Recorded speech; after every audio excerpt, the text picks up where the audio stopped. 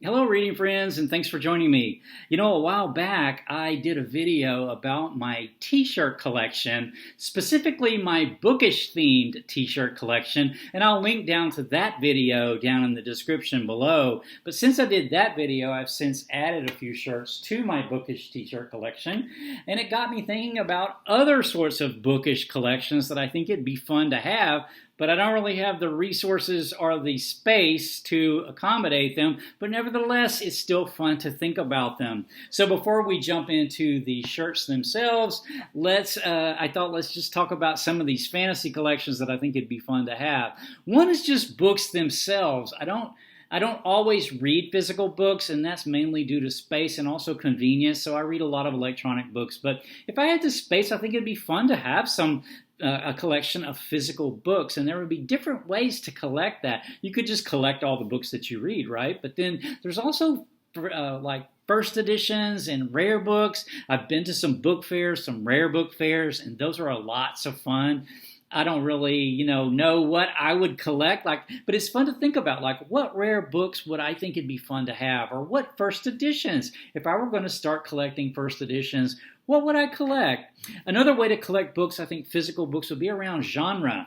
And so, it's also fun to think about what genres would I focus on. Probably for me, one of them would be science fiction, maybe 20th century science fiction, but maybe, more or less just science fiction in general. And then within a genre, there's lots of other ways you could collect, like an author, or women authors, or authors of color, or LGBTQ authors, or certain periods of time. Another sort of way to collect books would be like, maybe you would want to collect 19th century French literature, or you'd want to collect like 1930s or 40s American noir fiction, by period. So I think that's also can be kind of cool. There's also multiple editions sometimes of works. So some books that we just really love have been through multiple editions. Some of them very nice, very pretty special editions and things like that. Collecting those, I think those would be great. I know a lot of people out there, and some people on BookTube even, have these kind of collections, and I always enjoy watching their videos that highlight their book collections. I was looking through the internet, as I sometimes do, browsing casually through the internet, and I came across this picture a while back that I thought was so funny. It was from a bookstore, and the bookstore had a sign over all these books. They were all red, and the sign said, I don't remember the name of the book, but the cover was red. And I guess this is a bookseller's joke, and I thought it was kind of funny that a customer comes in and says, I don't remember the name of this. I don't remember the title, but the cover was red. And how fun it would be to just pick out all the red books and then see what you would get. You'd get all sorts of genres, right? You get such a variety, but based on the color red for the cover. I think that would be kind of a fun thing to do as well. Bookmarks. Not so much the books themselves, but other sort of book paraphernalia, like bookmarks. I don't have a bookmark collection. This particular bookmark I just had in the drawer. This is from the Kennedy Center here in Washington, D.C., where I live. But it'd be kind of fun to have a bookmark collection. And it'd be fairly easy to acquire it as well, just take some time and attention. I don't currently have that, like I said, but that'd be kind of a fun thing to have, too. So what kind of bookmarks would I want to have? Fanfic. So I was thinking about fan fiction. A friend of mine and I, sometimes just to kill time and have fun, we think about alternative backstories and alternative sort of storylines and plot lines in the Jane Austen novels and with the Jane Austen characters. And so fan fiction would be another thing to collect, around a certain fictional world that you like, or fictional characters that you like. I think that would also be fun to just sort of dive into as far as a collection goes. So those are just sort of some fantasy collections that I that I would like to have, or I think it's fun to think about having. But now let's jump into these shirts. So the previous video I did go shirt by shirt. I will go through these two shirt by shirt, but maybe not in quite as much detail as I did in the other video, but nevertheless, just so that you can see them. Now, this first set is actually from my Teespring store, which I opened not too long ago. Then I have some Haruki Murakami themed shirts from the Haruki Murakami collection that was for sale at Uniqlo a while back, and I'll go over those and then just some odds and ends. So let's jump into it. So I did mention I do have a Teespring store, and I started this store with a collaborator mainly because I love bookish shirts and I wasn't always able to find the shirts that I wanted. So I thought, why not get a collaborator and create the shirts that I want to see? So we'll start it off here with War and Peace by Leo Tolstoy here. And then on the back we have Read On Me, which is the logo to the Teespring store. I think this is just a great color for this, just a great graphic that my collaborator came up with for War and Peace by Leo Tolstoy. And then we have this in white. It's actually, this one's in Russian. So War and Peace in Russian.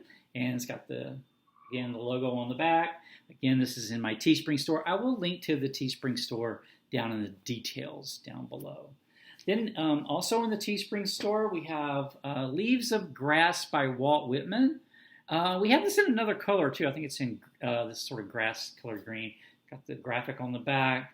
But Leaves of Grass by Walt Whitman. I have not chatted this on my channel. I need to do that one of these days. I haven't chatted War and Peace either, for that matter. Nor have I chatted Cosmic Consciousness, but I do have this on my reading list for 2021.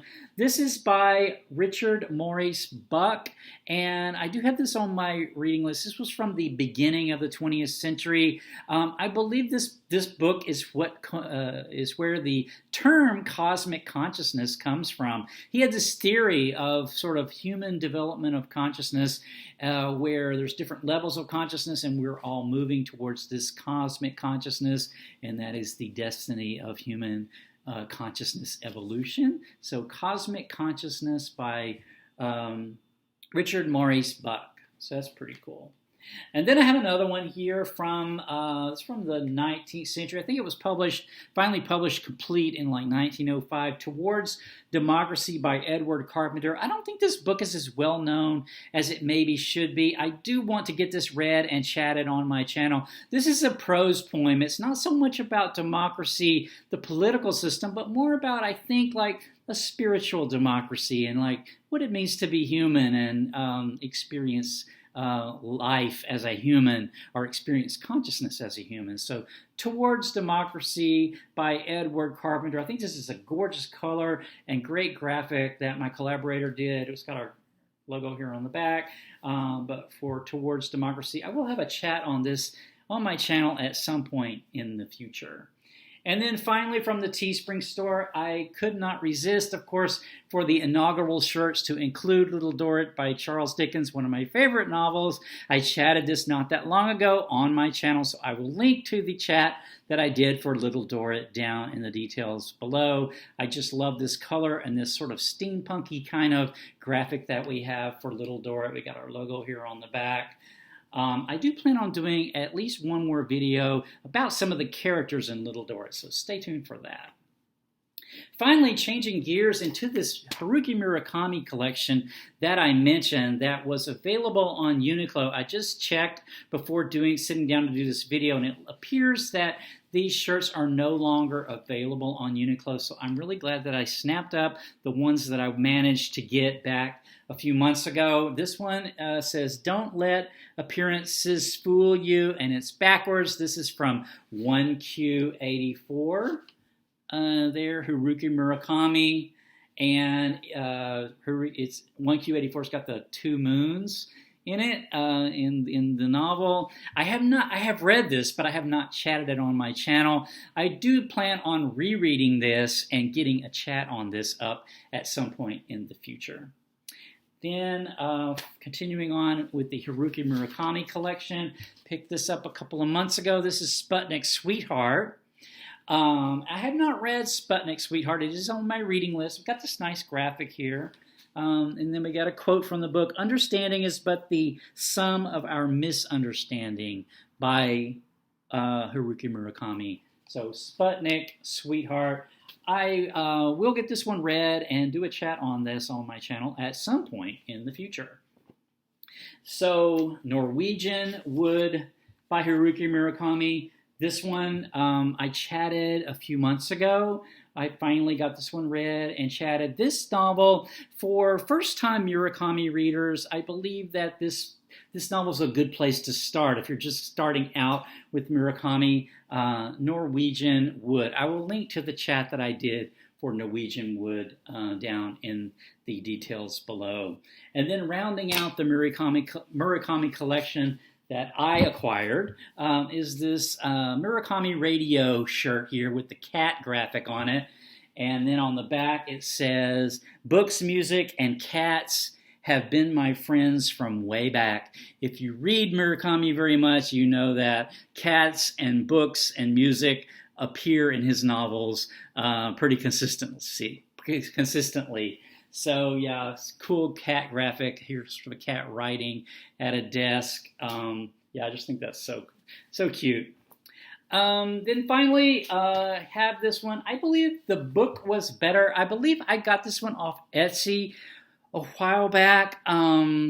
You know, I don't really want to rag on movies, movie adaptation of books, but in my experience, books are usually better than the film adaptations that follow them. Often they are better. Of course, they're telling a story in a different way, so they're bound to be different, but I almost always enjoy the book better, so I thought, why not get the t-shirt for that? So I did.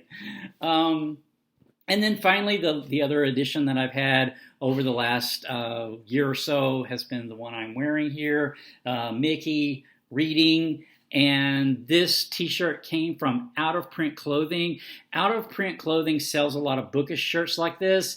They sell a lot of like shirts that have vintage covers, book covers on them.